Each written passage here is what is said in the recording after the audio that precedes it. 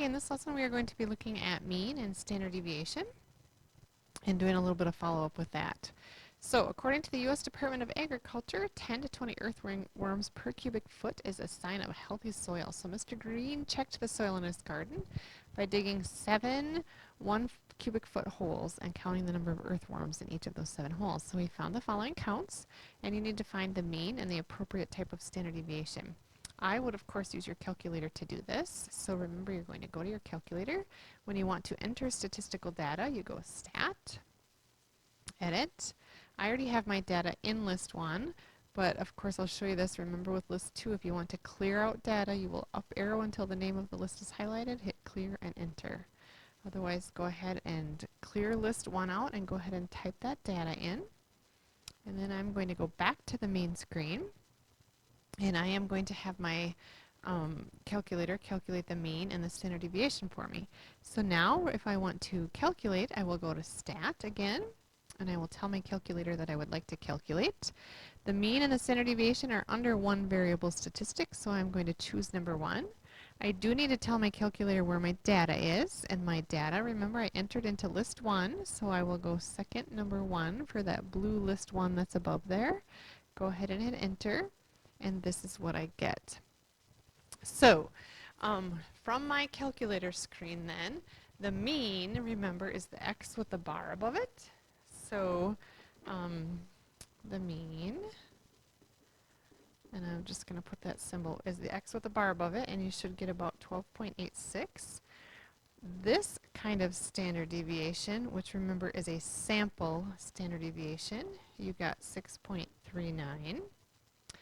And this kind of standard deviation, which is a population standard deviation, is 5.91. Remember, you will use the SX standard deviation whenever you have only taken a sample of all of the data points, and you will use the population standard deviation if you have used every possible person or spot or whatever you're talking about, every possible piece of data you could have ever collected. That's when you're going to use the population standard deviation. In this case, I only dug 7 holes. I did not cover every square inch of the soil and count every single earthworm in every single square inch, so I did not use the population.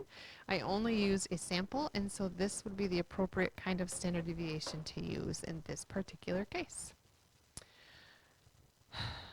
Here are some situations, and I just want you to read them and tell me what kind of standard deviation would you use. Would you use sample standard deviation, which is the S with the X below it, or would you use the population standard deviation? And you can go ahead and read these and hit pause, and then I'm just going to simply tell you your answer here. So on this one, let's see. The Environmental Protection Agency, I scooted up too far. On this one, part A, you should use a sample standard deviation. On part B, you should use a population standard deviation because you used every single person in that class.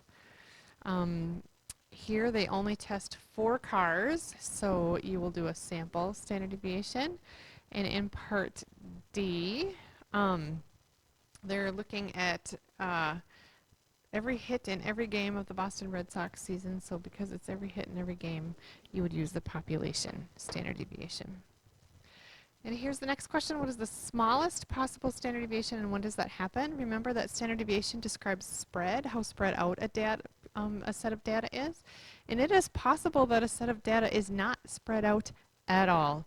And if it's not spread out at all, then it has a standard deviation of 0. Basically, if it's not spread out at all, the only way that that can happen is for every single number to be the same. Okay? The only way that can happen is all numbers are the same.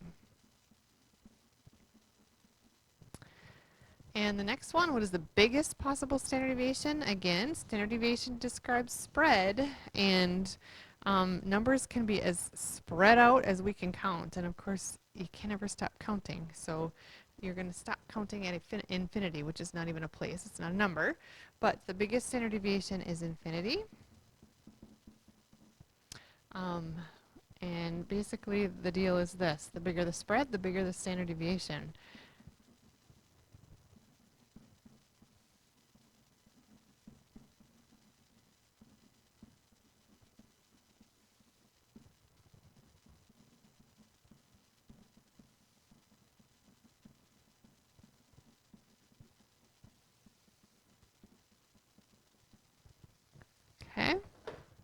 And that's how that works.